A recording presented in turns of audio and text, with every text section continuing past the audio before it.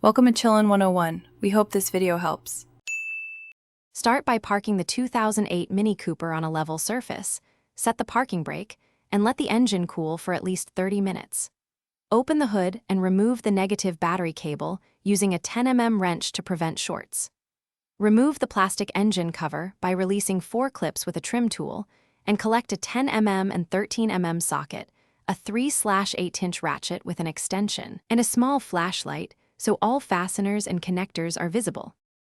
Locate the alternator at the front right of the engine bay and inspect the serpentine belt routing. Use the 3/8" ratchet on the belt tensioner to relieve tension and slide the belt off the alternator pulley, noting belt orientation for reinstallation. Disconnect the electrical plug and remove the battery positive stud nut with a 10 mm socket. Support the alternator with one hand, then remove the 2 13 mm bracket bolts and carefully position the replacement alternator into the mount and thread the 2 13 mm bracket bolts by hand to ensure alignment.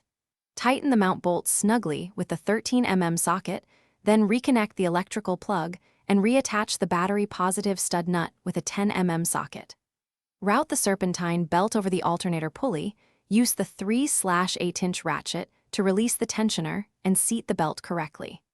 Reconnect the negative battery cable, start the engine, and verify charging voltage between 13, 8, and 14, 5 volts at the battery terminals.